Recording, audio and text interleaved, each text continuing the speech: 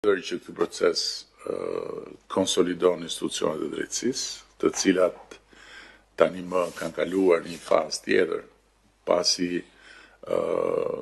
kanë pavarësinë që se kanë pasur kurrë, dhe ndërkohë në procesin e konsolidimit do duhet të rrisin profesionalizmin,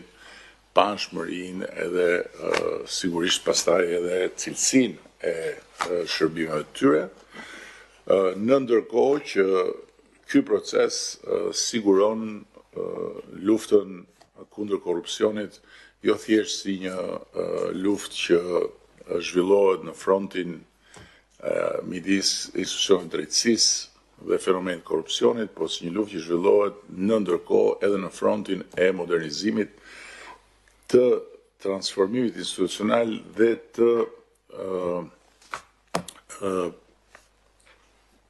realizimit të një kapaciteti të gjithë shtetit për ta parandaluar korrupsionin, për të parandaluar veprimtari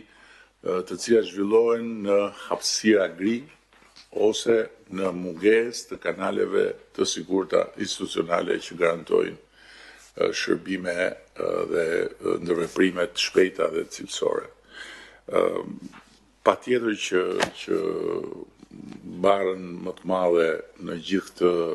proces negociatash e ka ekonomia, por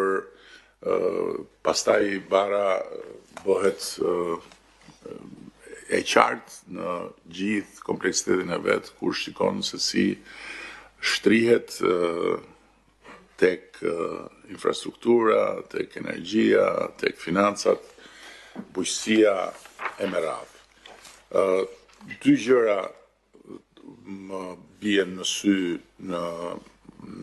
prezantimin që u bë. E para është domosdoshmëria për të kaluar nga një progres i kufizuar në raport me standardet e Bashkimit Evropian, në një progres të mirë, pra për të kaluar nga drita e kuqe në dritën e jeshile tek prokurimi publik, ku ne kemi bërë një progres të madh